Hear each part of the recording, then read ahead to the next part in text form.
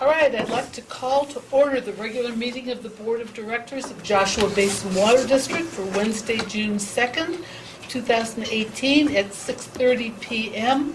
Please rise and join Karen in the Pledge of Allegiance. Ready to begin. I pledge allegiance to the flag of the United States of America and to the republic for which it stands, one nation, under God, indivisible, with liberty and justice for all. Before we start, I will call your attention to the picture up there. That's Victoria's willow that was planted a year ago. Isn't it doing beautifully? It's actually got blossoms on it. So, very cool. 4 foot tall. All right, determination of quorum. Madam President, all 5 directors are here. You have a quorum. Thank you. Do I have a motion to approve the agenda? So moved. Second? Is there a second? Second. It's been moved and seconded. All in favor? Aye. Anyone opposed? It is unanimous. Item number 5, public comment. This is the time set aside for public comment on any district-related matter not appearing on the agenda. Government code prohibits the board from taking action on these items, but they may be referred for future consideration. Please state your name and limit your comments to 3 minutes. Call Gary. Any, Sturman. we're a little lean on public at the moment. Any public comments? Seeing none, we will move on to the consent calendar. Matters on the consent calendar are considered routine in nature and will be enacted in a single motion without discussion. Any board member or member of the public may request that an item be removed from the consent calendar and acted on separately. The 2 items are the check register for March and April 2018, which was reviewed by the Finance Committee on June 13th, and the draft of the minutes from June 6th, regular meeting of the Board of Directors. Do I have a motion on the consent calendar? I move that we approve the consent Is there a second? Second that. All in favor? Aye. Anyone opposed? It is unanimous. I am now going to open the public hearing to adopt water availability for standby charges for fiscal 2018-19. Susan? Yes, those of you on the board for some time have heard this each and every year. We do this about this same time each year. The board, even though there are no changes proposed to the standby rates that have been in place since 1996, we are required annually to hold this public hearing and adopt the resolution authorizing the county to collect standbys on our behalf via the tax rolls. So the updated engineer's report is included in the packet. So John Egan provides this report annually, justifying the need for the standby charges. We have to hold this public hearing tonight. We have had no written protests received, 0. We call our water availability charges standby charges. They're sort of synonymous. The code calls them water availability. They're levied every single year on all non-exempt parcels in the district. So for the most part, exempt parcels in Joshua Basin Water District are government land. We have a substantial amount of BLM land and other types of government land. Since 1992, the board has directed the standbys primarily for payment of the Morongo Basin pipeline debt, which has decreased. Initially, we had to pay substantial operating O&M costs in addition to the debt service payment, and those costs are decreasing over the years. However, the revenues can be used for any lawful purpose of the district, and this is a substantial source of revenue for the district. In the upcoming budget, it's 17% of the total revenue obtained by the district for the year. So we published the notice in the High Desert Star about tonight's public hearing.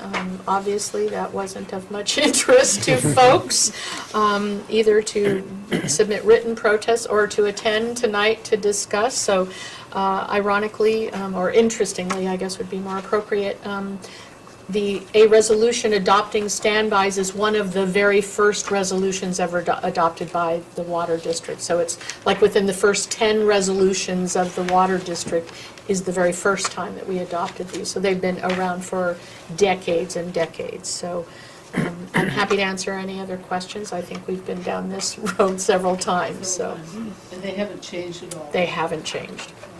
Any questions for the board? Tom? So this is, obviously, we need money. But this is also a way that we spread the cost of operating a water district to everybody that has a parcel here. Yes, so, it's a good point you bring up. It more equitably allocates all costs across all potential beneficiaries of this service. Interestingly, while the rates themselves have not changed, people's situations can change. For example, a person who installs a water meter pays a slightly less standby charge because they're contributing to the district, as you pointed out, with their water rates and charges. Folks who do not have water meters pay higher standby charges because they're not otherwise contributing. So remember that we authorize the opt-out in conjunction with the charge, the locked meter charge for all meters, and we've had more than 100 customers opt out, so their standby charge will go up. I mean, you're talking $5 or $10 a year, so it's not a substantial increase, but that's what happens, yes, in order to more equitably, distribute the charges, because this water system today will benefit people who connect in the future. Without the infrastructure that exists now, those folks would have to pay substantially more to get water in the future. Thank you. Karen? No questions? One more. Oh, yeah. I'm not done yet. I just thought I'd mention that this part about how the rate, actually the income that we get from the rate has, it hasn't changed much over these 22 years or so. I kind of looked up, I used dollartimes.com this time. And sounds familiar, perhaps? What you would have bought in 1996 for $100 would have cost $160.60 today. And so there's pretty good record of caution and thrift in keeping this as it is. In other words, if we're expecting or estimating to get something like $1,139,000, which was established in 1996. In 2018, it would be $1,829,000, $256.26, which means we could have been rational in asking for an additional $690,256.26 just to keep up with inflation, which over the 22 years on an average is 2.18%. And so, we're doing, this is reasonable to continue doing this at this rate. We're not, where there have not been any increases all this time. I think that's an important thing to mention, and also the part about how if you're already, I know it's a burden of repeating what you said, but I think it's important that a person who has a meter or is paying, I assume, the locked meter, Right, basic fee. the basic fee, they are paying on their property tax for this at a lower rate than people that just have a piece of dirt someplace. Right. Thank you for your patience. Thank you. Director Johnson? Director Lambert? I have nothing. Okay. So you need a motion? To adopt the resolution, right? Do we have to officially open the public hearing? Yeah, you're supposed to. There's, Oh, yes. Public comment? There isn't a whole lot of public. The YouTube people will show up. Okay. So, do I have a motion? I would move that we adopt Resolution 18986, establishing water availability charges for years 1819, authorizing collection by the County of San Bernardino. I second. Okay, we'll go roll call. Aye. Aye. Aye. Aye. Aye, so it passes unanimously. And note that that little fill in the blank on page 22 of the packets, right about the middle, will say less than 0% of the parcels. We received written protests from less than 0%. Okay, Is there less than 0? excellent. I think you can be listening to that. We will move to item number 8. Is Gary going to be here? And that was 5 minutes ago? So we will postpone that until he actually gets here. Well, if we're going to postpone it until he actually gets here, we'll be in the middle of discussion on the budget, and I would not want to interrupt our discussion on the budget. No, I don't want to do So that. Gary will just have to wait, or we can tell stories. So how do you want to handle it, Kurt? I'd just as soon move forward. So move 9 up and 8 down 1. Yes. You know, we could move 11 to now without catching you two off guard. That's fine. It's the Assistant General Manager Operations Quarterly Report, which is something that Mark will be doing quarterly. See how that works? So do item number 11. If that works for Mark, it's fine. 15 minutes? Yeah. If I'm long-winded, ask lots of I can questions. help. Oh, wow. I will just say, because I can, that one of the things I heard from a couple people at High Desert when we hired Mark was, you will be amazed at his PowerPoint presentation. Prepare to be amazed. Don't put that in. All right, perfect. So this is just a quarterly update from both the production and construction and maintenance departments here at the district. Go over some of the more large items that we've been dealing with. A couple of questions that I've been asked that I wanted to include up at the start of this was kind of what everybody handles in which department. So I wanted to start with that. Our production department, of course, handles all of our wells, boosters, reservoirs, water sampling, chemical dosage for chlorine, and also handle customer concerns for water quality complaints. And then also our supervisory control and data acquisition, which is our SCADA system. Construction and maintenance, of course, handling all of our leaks and distribution repair, things like valve maintenance, service and meter installations, along with customer service, new construction inspection, kind of like the county building over here that just got constructed, plan review and facilities maintenance. And then, of course, we have regulatory and permitting, which everybody somewhat throws into that Mr. Mays heads up as well. So that's federal and state and local reporting, environmental, water system statistics, and grant and loans. And of course, right now we have our CR6 pilot program going on. So notable projects for the production department over the last quarter.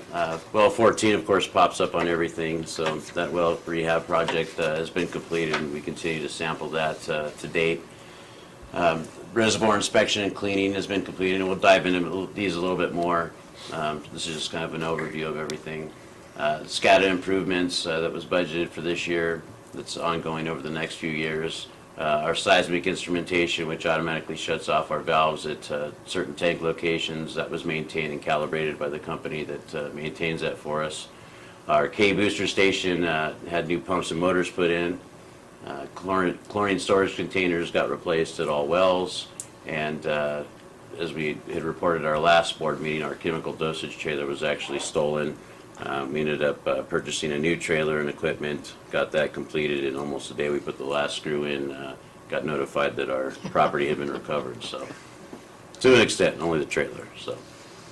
And then, let's see, we had Steve, and I forgot to add some more names to this here at the HMP that Gary will get into later when he gets here, so.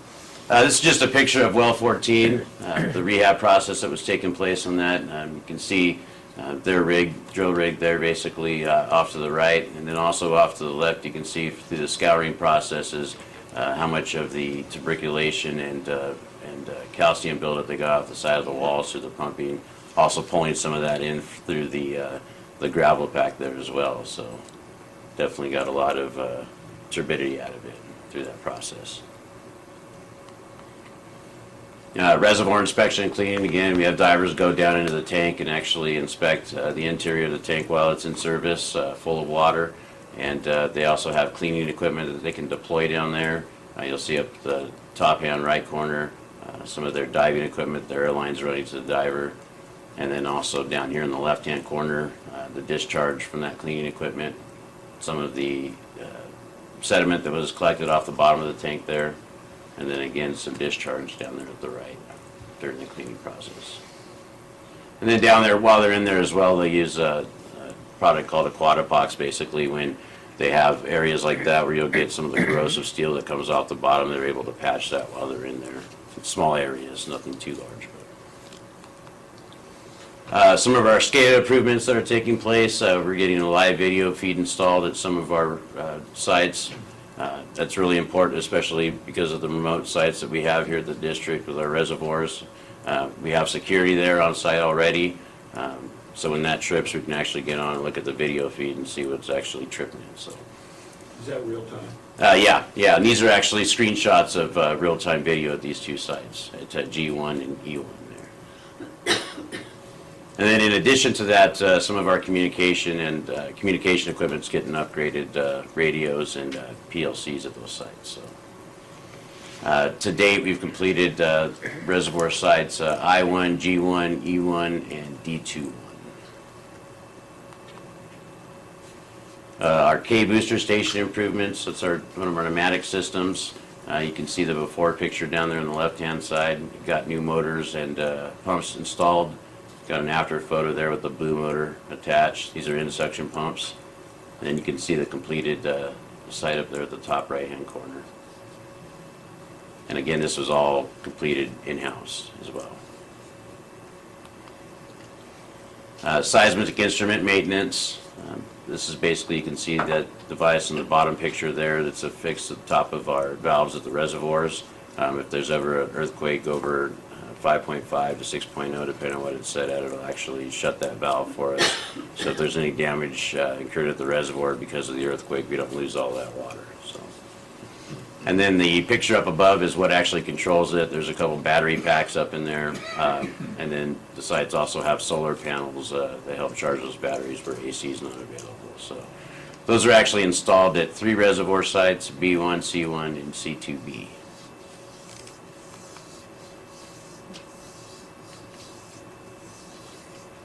This is our chemical dosage trailer.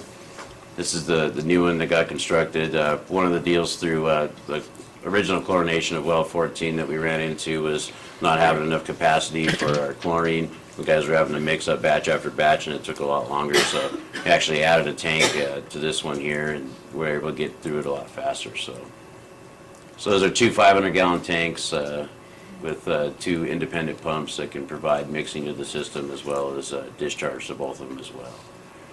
We are holding off on purchasing a generator for this one just in case through the process of criminal law we end up finding out where the first one went to. So, Rockies. right. So for construction and maintenance, over the last quarter, they've replaced 69 meters. They provided assistance to our flow model update by collecting pressures, 52 of them to be exact, throughout the system. Replaced 5 air vacs. They rebuilt the butterfly valve, working on another one right now actually. Repair of 11 mainline leaks, which included one of them the replacement of 60 foot of pipe. It just had so many clamps on it, wasn't worth putting another one on there. We'll see pictures of that. 7 service line replacements. District-wide, all of our employees participated in asbestos and silica training provided by JPIA. We responded to some county projects that are coming up that we'll get into later. 3 fire flows, 16 service line leaks, 4 service lines installed, assisted with the office remodel and the construction of some of the newer furniture around here, cleaned up our middle yard here to the shop, getting ready for hopefully some additional equipment and things like that. 817 service orders were actually completed during that period of time, and 16 cross-connection surveys were finished. These are the new meters that we're installing as part of our monthly meter replacement program. You can see the older ones down there to the left, and our new MXUs that are being installed with those. The new census meters that we're actually putting in right now have no moving parts inside, so unlike the positive displacement or even some of the multi-jet, it actually uses lasers, for lack of a better word, I guess you could say, to measure the flow that goes through them. So, Doppler technology. This is going back to the mainline repair we were discussing. This is a 60-foot of mainline steel water main that got replaced as a result of a leak up on Basin and Rice Road. So it was good of staff to take it upon themselves and decide to go ahead and replace this portion of pipe rather than continuing to put clamps on it. An image of our training that took place with JPIA. We actually had, I think, 4 members from 29 Palms Water District that attended it as well, showing how to properly snap cut pipe there so you don't get any dust back from it. And then responding to a couple of the county's projects they have going, road projects. Aberdeen's getting a slurry steel, as you've probably seen, and then Park is actually going to get repaved. So we had some pipeline abandonment to complete for the Park project here. 2 different locations to get rid of some old steel and transfer those service lines onto some of the AC that was already there. This was the middle yard. It had quite a bit of built up aggregate, asphalt, and concrete, and there's different forms of trash piled up back there that they went back and cleaned up as well. You can see a significant improvement, some old steel infrastructure, pipeline, things of that nature.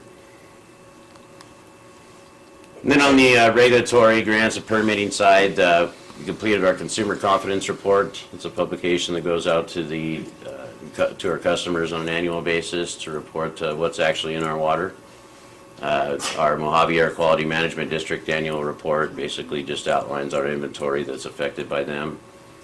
Our annual report to the Division of Drinking Water, which is another big one that's due every year, was completed.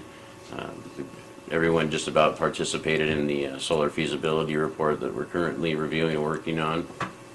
We completed 2 grants for the Bureau of Reclamation for meters and pipeline replacement, and then also completed some leak testing that we're going to do some more of over the next couple of months with California Rural Water Association through some of the grant programs that for small water systems through MWA. And then, of course, our CR6 stannous chloride pilot study. This is some images of some of that sampling that's been taking place out there. That does the quarterly report. I'll be happy to answer any questions after public comment. Start your end. That's great, thank you, Mark. Good to see all that. Yeah, I appreciate it, thank you. Gary? I'm curious, how old is that pipeline that they replaced that section of, do you know? That one, according to our capital improvement plan, I think was 60 years old, I think. It looked pretty ancient, Yeah. although it's younger than I am, so, thanks. Pipe years. 5 years. You mentioned that there were 69 meters replaced. How many, it's kind of not fair to ask for numbers on this, but I'll do it anyway. How many of our meters are actually beyond their service life? I think some of them even fail before their service life is up too, that we're finding out there in the system. And so I think currently what we've seen are probably anywhere from 10 to 40 a month that are popping up right now. That So are failing? yeah. But we have, I think until last month, we had a pretty good handle on it, replacing those initial 50 that were out there. So, and I think we had a month that came in at 10 and then kind of peaked back up again at 40. Those backhoe type tractors, I don't know what the name of them is yet. How many of those do we have now? We've got 2, a 710 and a 410. Are we going to get another 1 or 2? If we bring our program in-house, we certainly will be. getting too wordy. What was interesting, and also I saw it in the teardrop newsletter, there was evidence where probably that electric motor that was, a new one was installed, I guess, or repainted, but moving those things is done by using the backhoe as a crane. Similarly, on that old pipe, it's pretty dramatically apparent there that we use that one for a crane also. So I'm just kind of pointing out that when we do experience these expenses, keeping, maintaining tractors and possibly acquiring more, that they have multiple functions. And especially it'll be useful if we have the big earthquake or even a lesser earthquake to have multiple pieces of equipment, multiple trailers too. Absolutely. Now we have two. The one that was recovered stolen, and then the one that replaced it. Although that one looks pretty locked in as a chemical thing, we could possibly keep the older one for something versatile, or that we can use for some emergency purposes sometime. Thank you. Thank you. And the status, is it fluoride or chloride? Chloride. Chloride. Did we actually do the test that they wanted us to do to see how effective it was? Yeah, right now we're waiting to hear back from a conversation that Dudek's having with the lab. One of the issues that we ran into is, this is compliance season right now for everyone, and so all of the labs are really overrun. And so we initially started out with Babcock performing the laboratory analysis, and so everything got done for well 15, which was the first one that we ran, and everything went fine. They got too busy to handle well 16 and 17 and went to another lab who had some of their machines break there, had to use another EPA method, and the information that came back was kind of erroneous. So we're talking with them to figure out what's going on with well 16 and 17 analysis right now. But so far from what we've been able to tell, well 15's analysis has come back really favorable for groundwater quality. And that was the state that was hoping that we would actually do a full test, is that correct? Yes, yeah, they were interested in seeing the results of that too. Good. Yeah. All right, any public comment? Seeing none? Thank you very much. You're just going to accept the report? Just for information only. Information only. Are Very there good. copies available of that if one chooses to get one? Yeah, give me copies. Okay. Of the PowerPoint? Yes, sir. Okay, we will move to item number 8, which is the draft hazard mitigation plan. Now that Gary's here. Gary Sturtevant from Sturtevant Emergency Consulting, and he's going to tell us about his plan. Thank you, Madam President, and members of the board, staff, public. Yeah, the hazard mitigation plan is posted on the website. It is in its final draft. And what we look for at this point is a soft adoption from the board. It's going to change. The plan will change when it goes to Cal OES. Cal OES is the first one it gets sent to. And once Cal OES chews it up and asks for changes, some of them are minor, most of them are minor, and very minor. Sometimes it's just a sentence or two, or I don't like that word. Yeah, so once it's, and some of them, sometimes when it goes to Cal OES, I get nothing. They just approve it and send it to FEMA for approval. It goes to FEMA Region 9, and then FEMA has its stab at it, and they always want changes. So it'll change again. I was in Whittier last night for the final adoption with a resolution from the Board of Directors for Orchard Dale Water District that FEMA has approved their hazard mitigation plan. The nice thing about that is once it's approved, then the district is approved for mitigation grant funding. And right now I've got 11 of them going, and one of them is $5 million. So there's a lot of money out there. One account in hazard mitigation right now has $33 million in it. And we haven't even got Montecito yet. So that hasn't even been that's still an ongoing project with FEMA. They're still spending money on that project. So once they have the final figures on that, then they'll take 25% off of that and put it in mitigation, and that will be open to anyone that has an approved hazard mitigation plan. We had a good input from a group that you have. One of them is here. And we had good input, and from staff, they read it, they tore it apart, they changed things, and all of that was adopted in the current plan that you have now.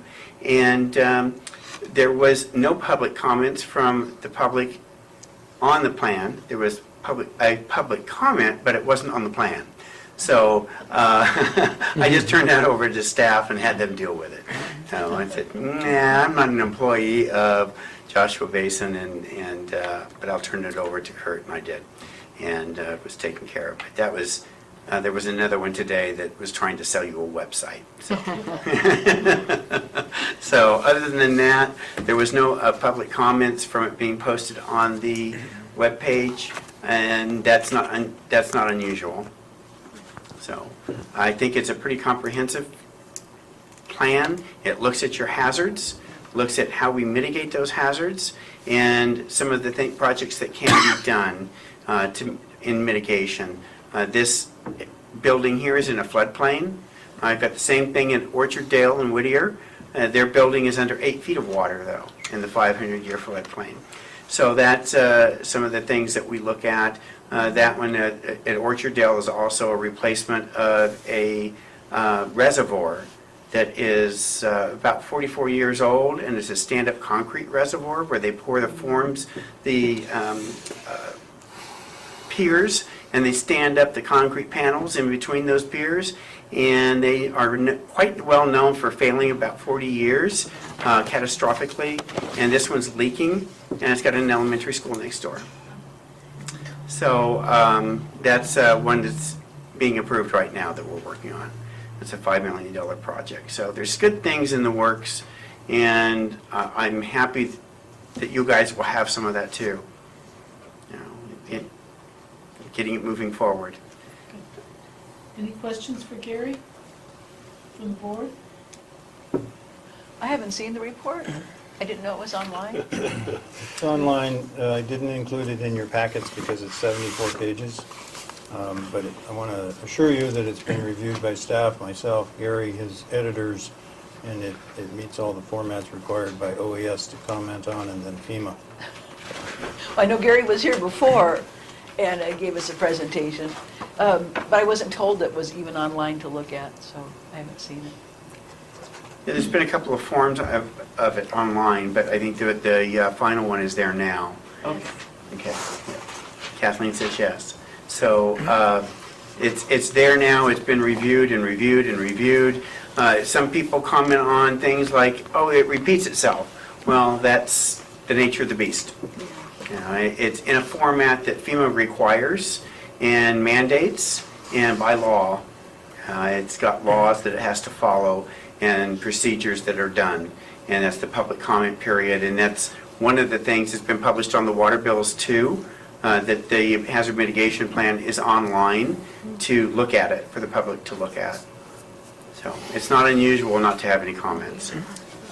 I chuckled because the first comment I got was about something else, and and not the hazard mitigation plan. So I said, "Whoa!" I had my first comment, but it wasn't anything to do with the plan. Where would you direct me particularly to look at and pay attention to? Which sections? The spreadsheet in section 5 and 6, a little bit in 7. 6 and 7 are very short. Your biggest sections are 4, 5, because that's where all your mitigation is, your identification of sites and what needs to be done to like retrofit reservoirs, seismic tie downs. Some of them have them, some of them don't. Enclosing, putting buildings around wells, booster stations, so that it protects from freezing, protects from terrace events. Some of those things are in there. And we try and keep, especially on terrace events, very quiet of what was discussed because it is a public document. We also don't give addresses to any facilities, reservoirs, wells, or anything like that. We say, this is the name of that facility. So you'll see that there's no addresses, none whatsoever. And FEMA understands that because it is water systems. That we don't want that information out there. Okay, thanks. Okay, so any other public comment or comment from the board? Any public comment? Karen? Yes. Stand by. Okay. I didn't know that it was online. I could have perhaps answered my question by going there. I was part of the original input, and I found objectionable the mention of the Calaveras Big Tree State Park pioneer cabin tree. I think that's a really bad use of hazards in this instance, and I'm hoping that that's been eliminated or addressed. What hasn't been eliminated because it came from FEMA. It came from FEMA. It's directly from the hazards program. There is a program that we use for the maps that identify the hazards in the areas. We overlay the jurisdictional boundaries on a flood map, on an earthquake fault line map, and also on a shake intensity. So we look at those, and then there is hazards identification in FEMA's program, and that's exactly where that came from. I understand your objections to it. I read your objections to it and thought about it quite a bit, but I thought if I take it out, it's going to go back. I fully understand.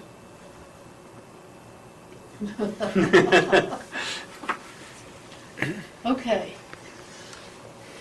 So what do you need from us? Do you need us to approve? Just adopt it so we can say it's adopted by the board, send it to Cal OES, and hopefully in a couple of months I'll come back and say, here's the letter from FEMA that it's approved by them. Then it takes a resolution by your board, Can I in make a resolution. Can I make a motion then? You can? One of my very few. I move that we release this hazard mitigation plan in its draft form to be reviewed by the Office of Emergency Services California and also the Federal Emergency Management Administration, is it? Agency. Agency, thank you, I wasn't sure about that. For their review and any amendments that they want to make. And upon completion of that, that the draft be returned to Joshua Basin Water District for further review and approval by the board. It says in our agenda that we're approving this thing today. And I was a little uncomfortable with that, so I thought I'd make it that way. Thank you. Once it comes back from FEMA, you have to accept it in its entirety as is. That's fine. Yeah, okay. Yeah, and I guess I feel that so many people have reviewed it that it probably is, if it's what they want. How serious is she's unhappy? Sorry. Egg on your face, serious. FEMA is saying that tree it's one of the biggest trees ever alive, right? And it came down because man carved a tunnel through it. And FEMA doesn't seem to acknowledge that. FEMA thinks that it died, poor old tree, it might fall on you. And it died because we carved a tunnel through Oh, it. yes, I remember that. That's embarrassing. That's embarrassing to us for citing that. Just one notation. For those who have not seen the plan, when you go to our website, jbwd.com, it's right there on the home page, right below the pink message box.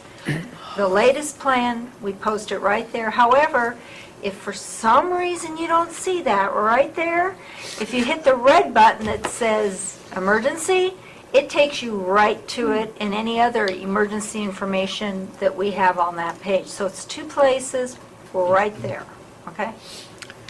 Yeah, I understand it's a big report, and I don't usually enjoy sitting in front of my computer and reading 70 pages. That's really hard on your eyes. It's easier to have something like this, you can put it on your nightstand, go to sleep reading this, and I would like to have a hard copy, but I know that's a lot of paper, hate to kill a tree. But I will, If it doesn't have a hole through it. yeah, but I'd like to look at it. Tom, and your motion made, if you change that, we go ahead and send this to the two agencies that would have to review it anyway, right? And you're saying you wanted to come back to us. It sounds like Gary says once it goes to FEMA, that's it, it's done. But Once it goes to FEMA and they make their changes, and I make their changes that they're requiring to get it passed, then the letter states it's approved by FEMA and it's active on the district's board of directors accepting the plan. We can't make it changes because then I have to send it back to FEMA again. I don't remember any red OES and flags. FEMA, both. Really? I don't remember Well, any I'm red not- flags from it, but, I'm sorry, go ahead. no, yeah. I'm not doing this necessarily to make any changes, it's just that here we are, at least two of us have not even looked at it yet, and we're authorizing that it be sent off to state and federal agencies, and I just think that we should have it back in our laps here and go, yeah, this is really great, and vote yes for it like we do with so many other things that we vote What's the yes for. deadline? There is no deadline right now. I mean, we can postpone it until next board meeting, or we can postpone it 2 weeks and say, if there's anything that you guys want changed in there from the board, then I can adopt those changes or make those changes. I mean, I have to look at what you're asking, like Karen asked. It's a federal document. So I have to be very aware of what I'm deleting out of there and what's in there. And I can't go into something that's accepted by the federal government and make a change. That's why I didn't remove what she had. I totally agree with you. I totally understand what she's saying, and I agree with her. You carve a hole for people to drive their car through, and then blame nature for taking the tree down. So. I guess when it wasn't in the packet, I figured, there'll be a copy on my, Yeah, you wouldn't have been. in my cubby It wouldn't matter, or. it's 74 pages. So one consideration is that there's going to be a significant amount of time from the time that we approve this draft hazard mitigation plan between our approval and FEMA's review and getting it back in a form for us to take up as a resolution, right? And if we have a natural catastrophe before we approve that resolution, then we are not eligible for the Correct. funds, right? Correct. So I just want to make sure that the board remembers that's the case. Looks like good reading, actually. And I'm being agnostic about whether or not we approve it tonight, but I think that we need to consider approval or not in that context, so. Yeah, and we don't have, when's the next board meeting? It's July 4th, there won't be one. So is it 18th or the next something? one? The 18th, that's a month. I mean, that Right. really pushes getting it out to the agencies way further than I'd like. We have a piece of paper here, I should be more respectful. It's something from Kurt, it's in our director's packet here, and what I'm, I don't want to be a stick in the mud here, but what I'm simply saying is that this last line, 2 lines, in the briefing, so to speak, on this issue, it says, once OES and FEMA has approved the plan, the board will need a formal adoption of the final plan. That's correct. At that point, we can move forward, so we have to do that before we can move forward with grant requests Right. for hazard mitigation projects. So that's all I'm saying is that when we make a motion, that we acknowledge that we have to look at it again when it gets back here, and give it our approval. That's all I'm saying. But it sounds to me like what you're saying, Gary, is that Once it At goes that to point, FEMA and they send it back, we can't do anything to it anyway. Can't make any changes, otherwise it has to go back to Cal OES and Okay, FEMA so- for their approval Let me make again. a suggestion if I can. Yes. How about if you make a motion that the board reserves the right to make comments in the next 2 weeks, and if Gary hasn't heard anything from you, or has time to incorporate your comments, that the draft is then approved. We can circulate this? I've got it first. You gotta hate me for this, Curtis, that legally won't fly. That's, take on the nature of serial meeting. Whatever you do's gotta be in this boardroom as a body. Right. I'm sorry about that. No, I agree with you. You know, one comment from the board, You're just approving a draft agreement so it can be submitted. and you're approving a draft agreement. I apologize for not making copies for everybody and getting them to you and informing you that it was on the web. But it's been reviewed by staff several times. It's had input from the CAC. Karen has been here tonight and has already made comments. No other public has made comments. It's constructed and authored by a consultant that's been doing this for many years. He understands the process, and I've reviewed it, and there may be some minor things you wanted to change, but anything that's in the plan that's going to fail it is going to be because OES or FEMA doesn't agree with it or they want to treat. Having said that, if you want to delay it, it's fine. It's only been 15 years since we haven't done it. So We can wait another month. if I could continue to be a pest here, so we can sort of ignore this last line or two in this piece of paper right here, and then I can withdraw my motion and somebody else can make a better one, since I'm not good at it anyway. You're fine. What does it say? That last section though stands all right, Gary, once that, What was it? Would you please read Which page it, are you Director Arnold? once the Office of 30, Emergency 49. Services and the Thank you. Federal Emergency Management Agency have approved the plan, the board will need a formal adoption of the final plan. At that point, we can move forward with grant request. So once this does go to them and they make changes on it, then those are set in stone. We did have a pretty good presentation the last time you were here on this, I seem to recall. Yeah, there's a lot of the plan, a lot of the information, like dollars, they're irrelevant numbers. They really are irrelevant numbers, because everything, when you even apply for what's called an NOI, a Notice of Interest, for a grant, I'm still using irrelevant numbers. Until they say, oh, we like that NOI, and we accept that NOI, now I want an application. Now we're hard numbers. So what I did with Orchard Dale, because they did have such a huge problem, is I submitted it to Cal OES. I called Cal OES and FEMA and told them what was going on with this reservoir. So they knew. And first time ever, Cal OES approved that plan in 3.5 weeks. 3.5 weeks. FEMA approved it in 45 days. By law, FEMA, once Cal OES sends it to FEMA, FEMA has 45 days to respond to me or to you, depending on how the plan is written, but in this case, it's to me.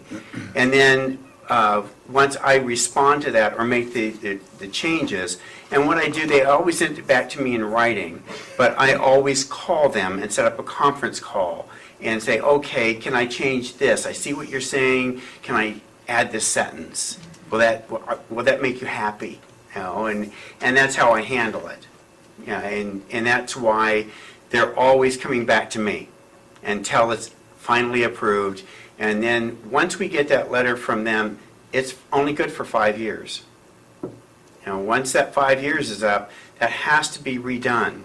So anything that you're not happy with, it's not written in stone. It's not going to change. You know, it's going to change later.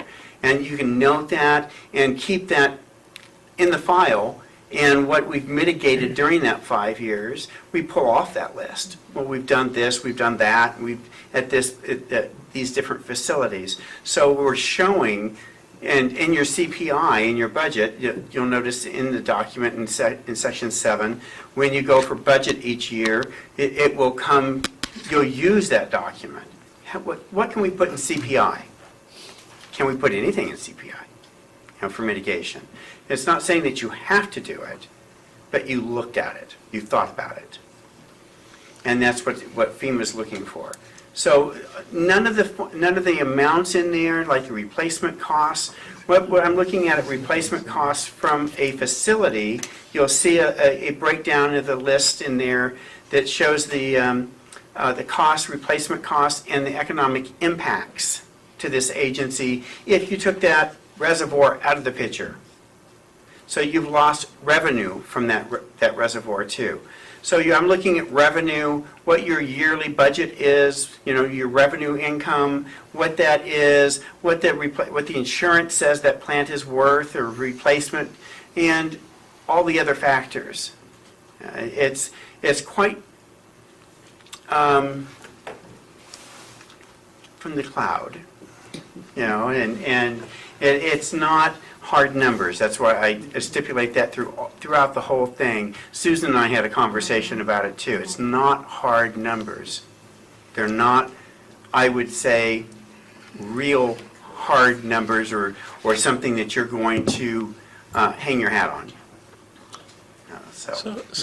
May I amend my motion? I'd like to make a comment first, Oh, if I may. please. Okay, sorry.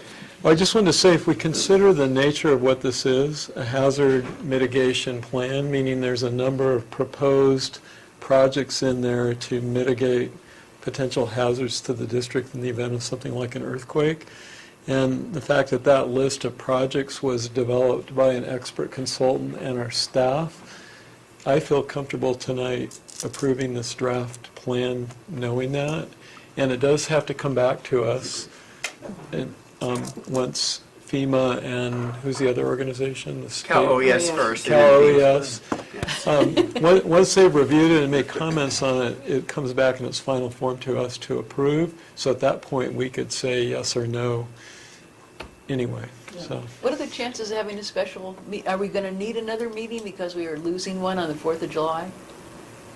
Is there anything we have to schedule Well, another I'm meeting going to for? request a special meeting if you don't approve the budget tonight. Now can What are I the odds of that? amend my motion? Just for the point of order, if I may, so what I understand here, we're not talking basic content of the report, we're just talking procedural process. So if we could amend maybe the recommendation or the motion to read that we would adopt this with the board's approval upon the general manager and staff's recommendation, maybe then the onus comes back on them, but we're still in the same pinch. There's nothing in that plan that is going to nail you down about anything. Roger, understood. This is just a procedural Right. question or process. I would hope that the board would take it and approve it tonight, but it's up to the board. Can I amend my motion? Yes, sir? Based on this fruitful discussion that has occurred, and also based on my high confidence in the general manager's description of the process that took place to develop the plan, I move that we approve the draft hazard mitigation plan as it exists and authorize its submission to the Office of Emergency Services and the Federal Emergency Management Agency. Post haste. Okay, is there a second? I'll second that. We'll do roll call, since there was some. We'll start with you, That was a Tom. good vote race. Aye. Aye. Aye. Aye. It's unanimous. Gary? That was a long way to get there, I know that. That's okay. Thank you so That's much for your okay. patience. But you wouldn't be doing what you're doing if you didn't have a lot of patience. Thank you. Thank you. Thank you very much. We'll see you. My once you get- apologies for being late, and thank you for... That's all right. So, thank you. Thanks, The next Gary. thing is the budget, so we're gonna be on that for a long time. Yeah. Oh, it's gonna be fast? Okay. No, we probably ought to go. Okay. Thank you, Karen. Bye. Thank you. Thanks. How do you qualify Thanks, for that Gary. grant program? Do you have to be small, Thank you. disadvantaged, or just? Okay, we'll move to You have item know? number 9, the I 18-19 gotta talk to budget. Steve. Recommend that the board receive for information and all or a portion of the proposed budget, which was reviewed by the Finance Committee on June 13th. Mr. Sauer. Where'd Beverly go? Okay, so, time to talk about the operating supplemental and capital budgets as we've done in Finance Committee, Water Operations Committee, and at a couple of board meetings. I want to talk about the budget and along with 3 scenarios for implementing the mainline replacement activities. All scenarios have been discussed at the board and committee meetings.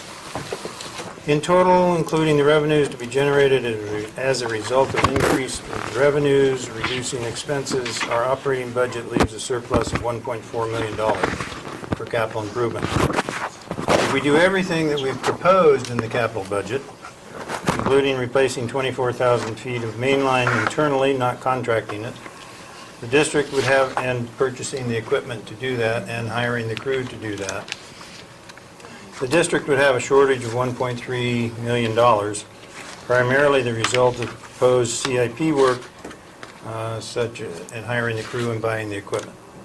Hence the need to discuss taking out a loan. So we've gone through the budget, and if you want, we can go through the budget again. But basically, our operating summary, our revenues will be $6.7 million. Our expenses for operation, production, distribution, customer service, administration, engineering, all of the departments would be $5.5 million, and leaving us with $1.2 million. So if we do the supplemental work of $247,000, that would leave us with $952,000 for capital. Okay, so what is the supplemental work? The supplemental work would be maintenance and purchase of GIS equipment, whether it's capital or GeoViewer or ArcGIS, somewhere around $30,000. The board's already approved the insurance company doing the insurance reviews for $8,600. We would conduct a parcel audit, which hasn't been updated since 1996. There's some $600,000 less than we perhaps could be collecting. And we would hire a production technician to work under Randy Little and the production crew for 3/4 of a year as part of the organizational assessment and implementing the succession plan. And we would hire for 3/4 of a year a contracting procurement technician, one of the organizational assessment recommendations, and especially needed for the capital improvement plan, but also just general office work. That total supplemental budget would be $247,000, and that's why we would have $952,000 left. Okay? Then, the reserve and other funding capital that we would bring in, and in the rate study, we were drawing down $998,000, basically $1 million from the reserves. And we would be drawing $447,000 from the existing reserves to give us $2.4 million to do work, okay? So if you go to page 40 of 49 in your budget book, and I will go, The small print stuff? Small print on 40 of 49.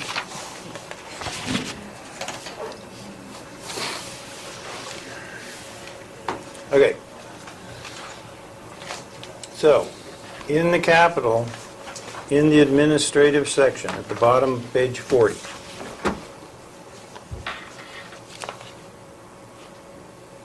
Y'all with me?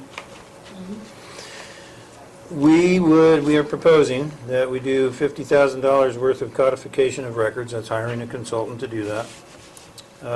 Work on some ergonomic redesign of the customer service area. Replace the interior lights here and at the shop, I believe, for $10,000 for LED. Do a strategic plan, which we're in the process of bringing at the next board meeting, a recommendation to hire a company to do the strategic plan.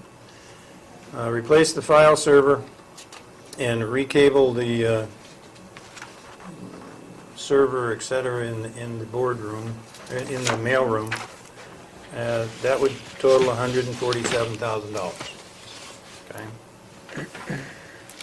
The operations would be recharging 700 acre feet as proposed in the rate study. Replacing 1/5 of our meters for $250,000. Replacing a vehicle for $40,000. That would be $708,000. The capital improvement plan CIP is to continue our SCADA improvements, which we started on this year, which Mark showed you a couple of slides on that. For $40,000 rather than $80,000, because we want to get the local hazard mitigation plan done and then put in a notice of interest. The master control center for well 14 for $73,000. You remember discussions about the schematics don't exist for certain sites. And this is the one that's highest priority. And then construction of 23,370 linear feet done internally. To design that is $40,000. To do the work, including hiring the 5-person CIP crew, all the parts and materials needed in-house, $867,000. And a design for the next 2 mainline projects, to do it this year so we're ready to go, for $75,000. Now, it's not in the budget, but I can tell you that we have a grant from Colorado region for $130,000 that was going to go to Chromium 6. And because of Mark Pan and Randy Mays' work, they've agreed to shift that over to design for mainline replacement. So that's not a done deal yet, but we are relatively certain that we will be receiving $130,000 in grant money to do design work for the CIP. So that would cost $1,095,000. And then the capital improvement plan equipment to actually do the work internally on page 41 of 49.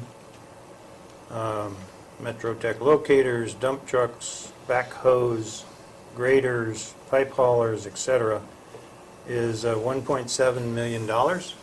And that is to get us started on a 10-year or longer program to do mainline replacement. So basically, it's $175,000 a year, but we would have that expense, total expense, this year. So if we do all that, we are $1,310,000 short. Okay? So there are various scenarios that we have gone over, and we're going to go over them again tonight with a new one. And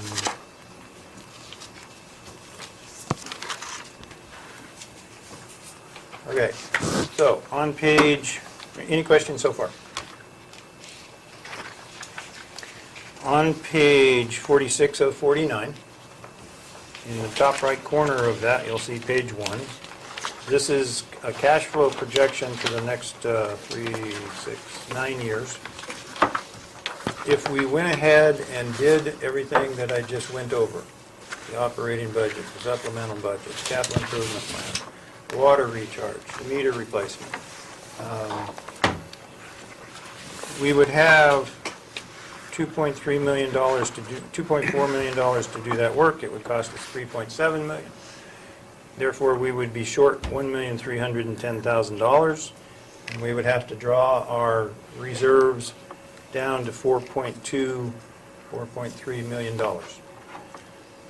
Then we replace the reserves with the revenue coming in, and that leaves us with $503,000 going forward to do $1,500,000 worth of work in the second year. The reason we chose $1,500,000 in the second year is because the rate study identified that in order to do the capital improvement plan at fully funded levels of 40% revenue increase, you needed $2 million for mainline replacement when you contracted out, and another $500,000 a year to do booster stations and tank rehab and other SCADA and other infrastructure. So if we do this internally, and we can do the $1 million for the main line each year internally and have $500,000 to do other capital improvement work, that's where we came up with that number.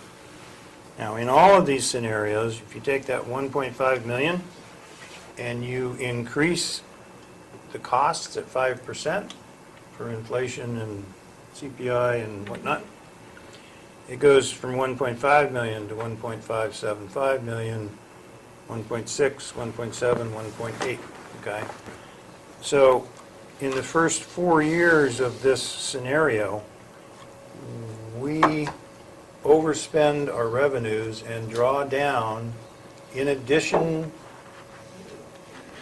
to the reserve funds that the rate study had us drawing down, $998,000 in the first year, $671,000 in the second year, $300,000 some odd thousand in the third year.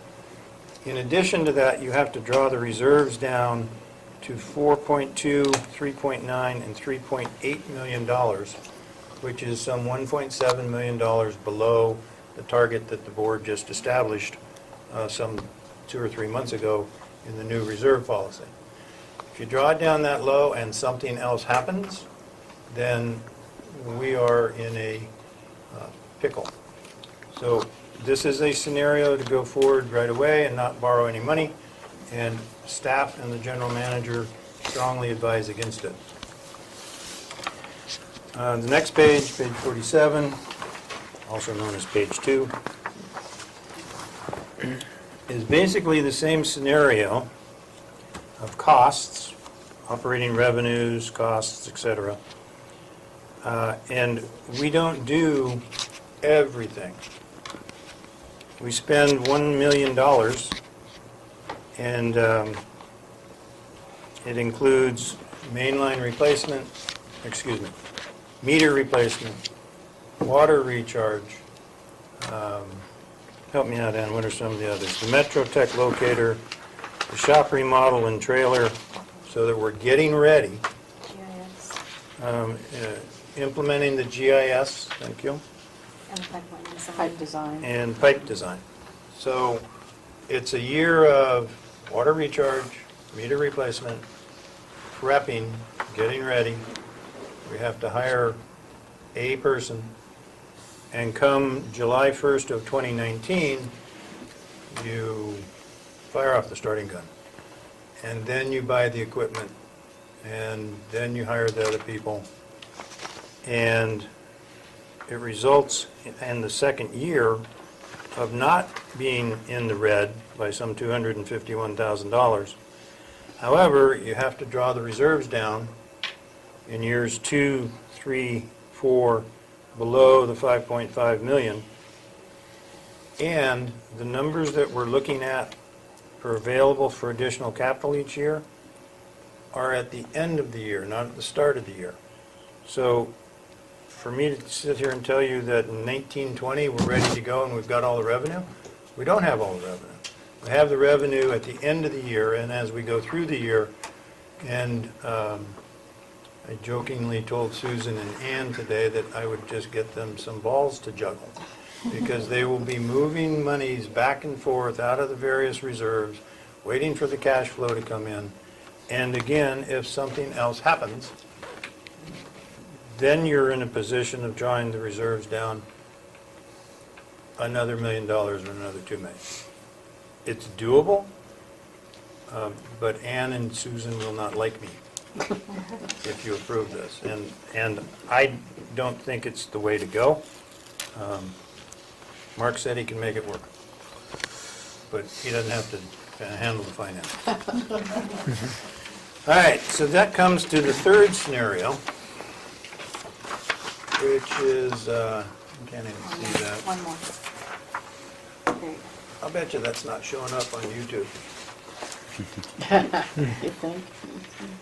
So, the third scenario is taking out a loan for $3 million, and that's doing that this year. 18-19 numbers remain the same, except we have $3 million more in revenue, and we have some $268,000 in principal and interest payments.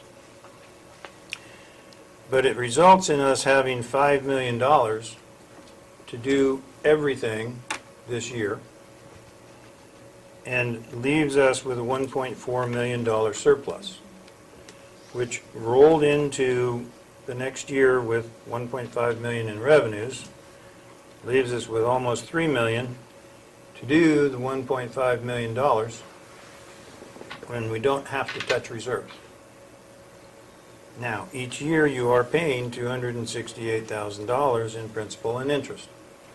Over 7 years, Ann, at this CSDA loan, how much interest would we pay over 7 years? For the $3 million loan, $627,596. Okay, so $600,000 in interest. The way the numbers work out, the cash flow coming in because of the increased revenues, because of the board-adopted rate increase, and doing things internally at less cost, by the time you get out to year 7, you would have enough money balanced forward that you could pay off the $3 million loan if the board so chose. Okay? So it wouldn't be a 15-year loan, it would be a 7-year loan, but it would cost $600,000 in interest, okay? So it'd be $3.6 million. Worst case scenario. Right. And that's the scenario that I recommend. Now, Susan got back in the office this week, and I don't have scenario number 4. So 4 is in the PowerPoint packet on page 19. Page 19, the $2 million loan that's entitled So now we're going to what? in the PowerPoint packet. I don't have, there we go. Okay. It's the So this is the $2 million loan scenario, but if you have the PowerPoint packet that was passed out, available to the public,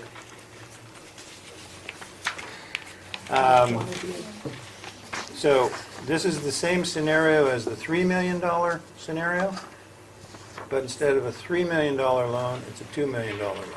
I'll take one. Okay? So the first column's the same, except the loan revenues aren't 3 million, they're 2 million. The debt service isn't 268,000, it is 180,000. A quote, savings each year of $88,000. And it gives us 4.2 million to work with. We do everything this year. We have $509,000 left over. The second year, we do 1.5 million worth of capital improvement. We never go in the red, but the loans, the $2 million loan in years 3 and 4 we draw the reserves down to 5.2 million and 5.4 million, which is some $200,000 below the 5.5 million target that the board approved.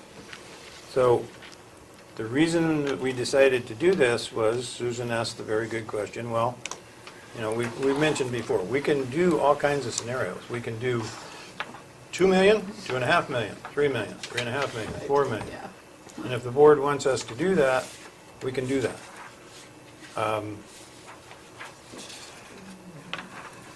My recommendation to the board is that you adopt the budget as we are proposing to do it and give us permission to move forward with loan application to CSDA and Drinking Water State Revolving Fund.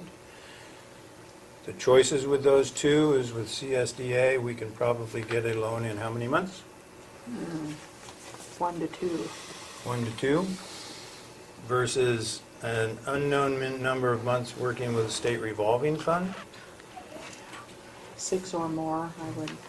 But the CSDA is a higher percentage rate, but the state revolving fund is a longer loan. So instead of 15 years, you have a loan for 30 years, and you don't prepay, pay it off. The costs for the state revolving fund to the district will be higher. But in both scenarios, with proper management and no unforeseen costs, you can pay this loan off in 7 or 8 years. I would prefer to go with the CSDA loan because we can get it and we can get started. We can go ahead and hire the organizational assessment recommendations. We can hire the capital improvement plan crew. And, you know, they're not just going to do mainline. They're going to do that. They're going to be assisting with the meter replacements. The heavy equipment operator will be able to work on some of our roads to the tanks and other sites. And to me, scenario number 3 sets this district on a road for the next 9 years where we are in good financial shape and potentially can move from 1.5 million in CIP work each year to more than that, even counting the 5% rate increase, 5% inflationary CPI costs. And I think it puts the district in a pretty strong position. Scenario number 3 is the 2 million or the 3? The 3 million.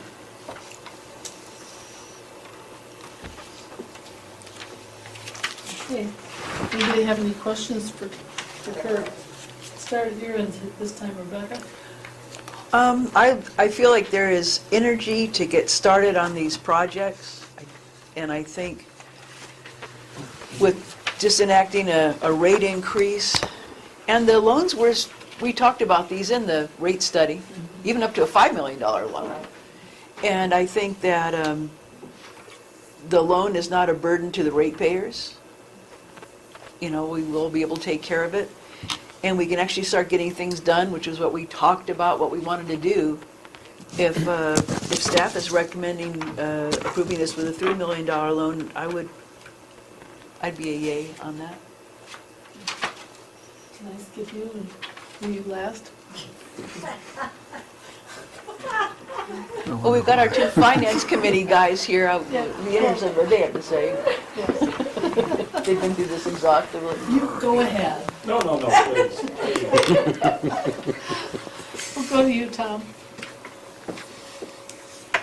Questions? I don't have any questions. Is this comment time? Jill? Comments?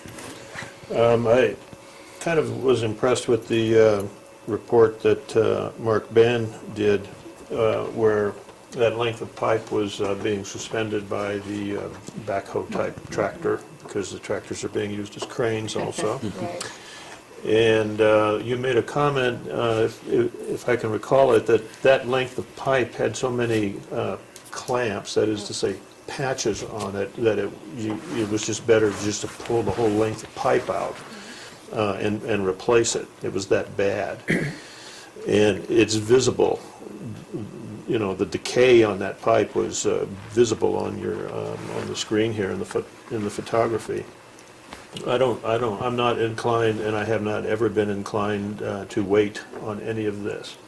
I think the wolf is at the door, and we're in a grass house. We're not in the brick house. I'm referring to the three little pigs. And Literary. I think it's time to do something. And when I also see that the heavy equipment that we're going to have to purchase is something in the area of $1.7 or $1.8 million, something like that. That is going to eat a lot of money. And I'd like to have some working funds available to actually do a lot of work with that equipment that we're going to buy right away, because this is a priority. We've got a lot of really bad pipe, miles and miles and miles of bad pipe, and it's got to go before we do. And so I'm definitely inclined to borrow, because remember, we always think, well, there's interest on this is terrible. Well, there's a benefit to borrowing, and that is that we get going on this stuff and not hem and haw, fool around and wait any longer. Go, go, go is my position, and it always will be. Thank you. I'll move to you. I totally concur with the fact that I think we're going to probably have to look at the revenues. One of the points that I'd like to make, though, is that we're brand new into the rate increase. We really haven't seen what's going to be the result of the new rate increases. We're only for maybe 5 months, maybe, I can't even figure out when we started. It's even less than that. Plus the conservation rate, the rate of revenues that we're going to be losing. So I think there's an offset here in terms of the capital that's going to be coming in, and this is all projected monies that we have. That being said, the whole initiative with the rate increase was that we could support this with minimal borrowing or tapping into reserves. And with that, as you go through this whole scenario, and I totally concur that we need to do something. So that's not the issue. The timing on this is that one of the things that I do like is the option number one with the 1-year planning, 2-year planning, or scenario 2, whatever it is, that actually has us planning ahead, strategically mapping this thing out, giving the new operations and resource manager opportunity to systematically go through this and know without a doubt what's going to happen on projection date, go date on 20 July 19. I concur with the equipment. I think that's something I'm questioning still in my own mind, leasing, buying, and we still haven't really looked at a lot of those hard numbers. I'm really not sure that the Weston report was that adamant about hiring people versus contracting people. So I don't think that was specifically their recommendation. So I would kind of like to just dispute that one little narrative there. But I definitely think that scenario 2 has opportunity for the board to then look at what we're doing and give staff opportunity to line up, hiring the program manager, if you will, the one that's actually going to do the work, and taking a look at that equipment. And I guess I just had a little quick question. We're buying paving equipment, it has on there. So when we tear up a city road, then we have to fix that? The city doesn't fix that? There's no city. Okay. We are the city. We are the city. Even if there was a Cal city. plans or whoever, so it's not a collective thing? saying Always on we're us. coming out here? Okay. Right. So all that asphalt and stuff is on us? Yes. Well, and so, but that's sort of my take on this, and looking at the numbers, I think it would then make sense to have that ready to look at either a 2 million or 3 million at that junction in July. We could be doing preparatory work, knowing what the resources are as we look at the monthly statements with what revenues are coming in or where the shortfalls are. Also, we can certainly maneuver some of the supplemental and some of the capital budget. So, in terms of asking for a motion on approving the budget, I certainly think the operational budget should be approved. But for me to say, let's borrow some money tonight, I am not in favor of making an eye on that. Thank you. Director Hunt. Well, I support the general manager's recommendation, and for several reasons. First, we made a commitment to our ratepayers when we raised the rates that we were going to get to work. And I think we need to get to work and get some pipe in the ground. We use that as sort of our emblematic, start repairing and replacing our infrastructure. And I think we have a means of doing it that's a very reasonable means to get started right away instead of waiting. The interest rates on the loan are reasonable. If we borrow the money, it'll ensure that we can maintain our reserves and still do all of our work. Also, because we will get a lot of pipe in the ground right away, the price for doing it will be cheaper than if we wait and defer and do it later. So even though we'll be making interest payments, we will be recouping some of that through lower construction costs. Yes. So, and it's also really great that, we'll be able to pay off our loan in 7 years, and, and the total amount of interest is not exorbitant when you consider the entire, capital outlay. So, I strongly support it. And, I got the little online calculator out here a minute ago. Hopefully Kurt knew I was still paying attention to him when he was talking. I just want to get the calculator up, and I calculated how many miles of pipeline we'd be putting in the first year, convert it from linear feet to miles, and it's 4.42 miles of pipeline. So that's what we could do for the community. We could replace that much pipeline and all the other work we'd be doing with pumps and boosters and whatnot. And in 3 years, it would be 16.41 miles of pipeline. So I say let's get going, and let's approve scenario 3. Thank you very much.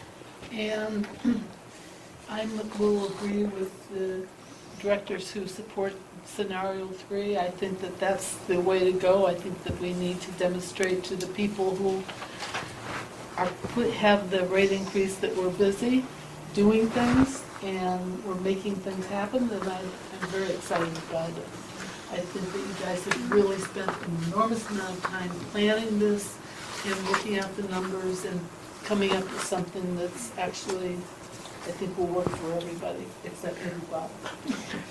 Well, and one more point, and you, because you reminded me of it, and Bob did make a good point about planning, and I really respect that. And however, I think that what I've just seen par excellence from Mark and the staff, that they've done a lot of really good planning in a very short period of time, and attending our water resources and operations meetings has given me an opportunity to hear their thinking on this and their strategy, and they've considered different scenarios and approaches. So I feel really confident that we're ready to move forward, even though I do feel that Bob has a really good point that planning is important.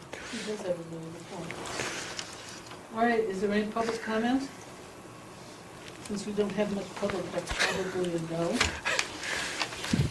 Too bad. We go back to the agenda. Do I have a motion on item number 9? I will move that the board receive for information and approve all of the proposed budget as reviewed by the Finance Committee on June 13th. And then how do I say it include option number, was it 3? That we approve scenario 3? Scenario 3. Does that work?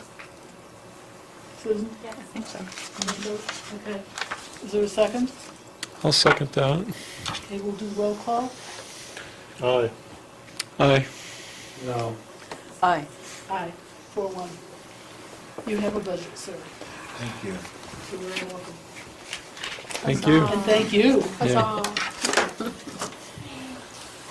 And we've already, And I have one more comment.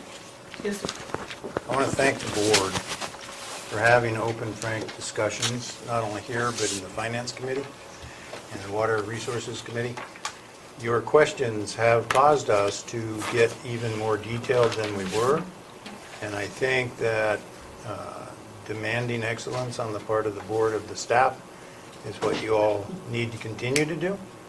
And it's been a while, but it is appreciated. I think we have a better program. Thank you. We will move to item number 10, the district general counsel. Real quickly, want to bring you up to date on the proposed state water tax. Since we last got together, that has been removed from the state budget package. It's no longer a trailer bill. But it still will continue, I believe. It's much anticipated that it'll be discussed further by the legislature in the form of a tack onto another bill. I don't think, it's a very volatile issue, thought being one side or not side of the issue. So it's highly predictable that water tax bill will be back before the legislature in a different form, probably as a tack onto an existing bill that's before the legislature. I just want to let you know. It's gone from the state water budget as a trailer bill, but I think it's very likely will be raised again in another form. Another thing that's moving forward to most water district staffs, dislike, chagrin, thank you, Chagrin. nice word, is SB 998. If you recall, a few months ago, Susan and I discussed that. That's the bill that's still alive and well. It's going to revise in its entirety the law that pertains to shut-off procedures. This is a big deal. It's still alive and well. It would require much more concerted effort on staff's part, maybe even to the point that you'd need more staff people to assist you in analyzing why delinquent bills aren't being charged, what's going on with that family. Kind of a social outreach that'll be mandated on you. That bill is still pending before the legislature. I do know that ACWA has taken a strong opposition to that bill, but it's still alive and well moving forward. That's all. I'm not going to give any more reports if you can't be more cheerful. Good news. That's scary news, Bill, actually. Well, That shut-off the thing. cost of doing business is likely to go up for everybody. Well, yeah, going to drive up bad debt. Yeah, Gives a protracted time before customers could be disconnected. yeah. I say we get the sheriff to come along with this. On shut-off day, Shut off day. You got a lot of good ideas tonight, Bob. All right. Item number 12, Mr. General Manager. I don't have a report, but I have a request that the board discuss, or just let me know, what do you want to do? July 4th is the next board meeting. Do you want to wait until July 18th? We don't have anything real pressing for a special meeting because we wouldn't be meeting during regular time. We can wait until July 18th. Do you have any thoughts right now? I mean, obviously, you can change it later and say you want to meet, but Couldn't July go dark? A whole month? We need the 18th. Yeah, I think we oh yeah, We you do. need, we You need that the meeting. As, And there's some administrative things other than that it'd be nice to get. Oh, and one of those, You're way to work people tonight. What's going on? I don't get it. the other thing that I'll bring into the next board meeting, whenever it is changes to the administrative code so that we can, the board can consider closing the offices on Friday, which will save 32 hours of finance time a month and some 16 hours of distribution time. And the staff has been looking at what's most effective, and I'll be bringing the recommendation that we open the office at 7:30 so folks can visit the office on their way to work, which many of them try and do and run into a locked door, and close the office at 4:30, which will improve our accounting, which Susan and Ann can explain on July 18th. Other than that, I don't have anything else to report. There's lots of other stuff going on, but we seem to have been staring at the budget. yeah. So the question before us right now is, do we have a meeting on July 18th? yes, we would have it, we needed a meeting on the 18th. I would agree that we need a meeting on the 18th. I And then we agree. would not have one on the 4th. Not have one. Well, yeah, Oh, darn. I think the 4th is a grand day. Yeah, let's all Let's all come in. come in. And if No, something the 18th else, is good. if something comes up, I mean, we're nimble, we can call it a You can always meeting. do a special, Right. yeah. Okay, so we will be, our next meeting will be on the 18th. And I will go to item number 13. We'll start with Kathleen on public information.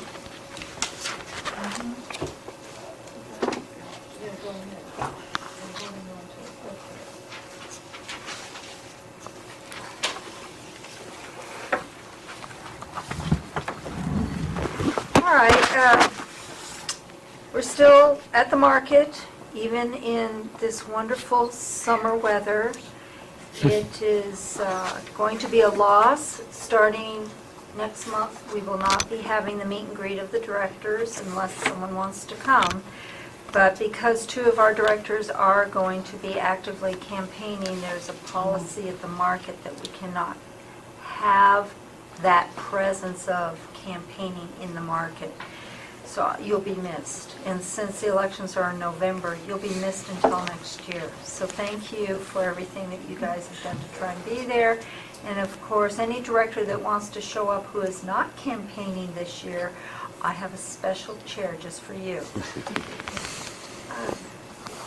The theme of reading your meter and learning how to lock it off is still going very well. I'm just amazed at how many people were clueless on this topic, totally clueless. So we're doing a service, and it isn't just for Joshua Basin. Other people stand and listen and watch, and they're amazed. They had no idea they could do that. So it's a good outreach this month. Wildcrafting class, we've done the first session, which is a general session of everyone, and then we have 2 different dates where we broke up the general session because of space in here. We did not have enough space to do what we needed to do.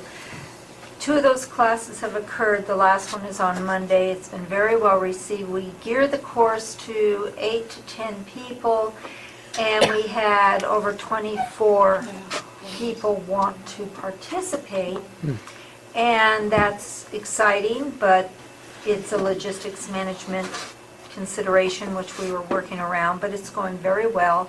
People are very excited, and they're really getting into the thought that maybe I don't want to waste my water on my landscape. So this is good. We're making progress. Also, we went out this morning, around 8:30, the hot weather advisory had us running back here by 9 o'clock. I just want to warn everyone, it's summer, so please stay hydrated and do have that emergency water supply on hand, please.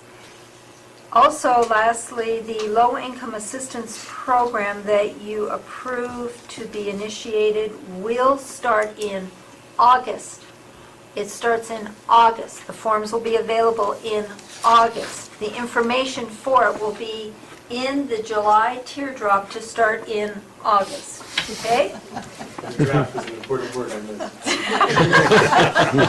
missed. You're forgiven. Great. Thank you very, very much. And we don't have that video loaded, do we? No. Okay. Then I'm done. Thank you. Thank you, Kathleen. We'll do the video in July. Whatever. Okay. 18. Finance Committee. We had a riveting June 13th meeting. I'd like to say thanks to the staff for all of the hard work. I'm very appreciative as Director Florin and I get to crunch the numbers and look at the budget, and part of the process I think has been greatly enhanced, and we do appreciate that. So, all the response coming back. Thank you very much. Okay, and water resources and operations. Do you have anything you want to say on that? You? Oh, I just wanted to say that we essentially went over a number of those budget scenarios, and it was helpful in preparation for tonight's meeting, so. And the Mojave, did you go to that? I did. I'm just going to be very brief. Probably the primary thing that was of interest is there was an update by Beacon Economics, and very, very sharp economist that gives that presentation, and he was very upbeat about the economy and the trends in the inland area and the desert areas and low unemployment rate, housing market's going up, people are buying homes. It seemed like generally like very good news for the district going forward for at least the next couple of years. We certainly have some things out there right now with the trade dispute that could, change things economically, but he felt overall that he was very, very positive about the economic outlook for the next couple of years. So that's all I'm going to say tonight. Excellent. Future director meetings and training opportunities, the MWA Mojave Water Agency Board of Directors on June 28th is Director Flown. Citizens Advisory Committee is July 10th, and anyone who wishes can attend that. The Finance Committee will be July 11th. That's Vice President Johnson and Director Flown. And our Water Resources, which is Director Hunt and myself, follows that at 10:30. They get an hour and a half because they really discuss things. So we'll be at that. Huh? It's the best committee. No. It's good. Operations is the best. Anyway, do I have a motion for adjournment? I'd just like to say happy 4th of July to all the men and women and first responders, and thanks to the staff, and be safe. And just a parting comment from me, the democratic process is that we vote, we discuss, and we move forward. Yeah. So I want to thank the board for a hearty and riveting discussion. Here, here. You're here, guys. Okay, so is there a second for the motion to adjourn? Second? Do I have a motion to adjourn? I did. No, she did. Becky did. Okay. All in favor? Aye. We're adjourned. Thank you very much. Thank you. You too. Thank you.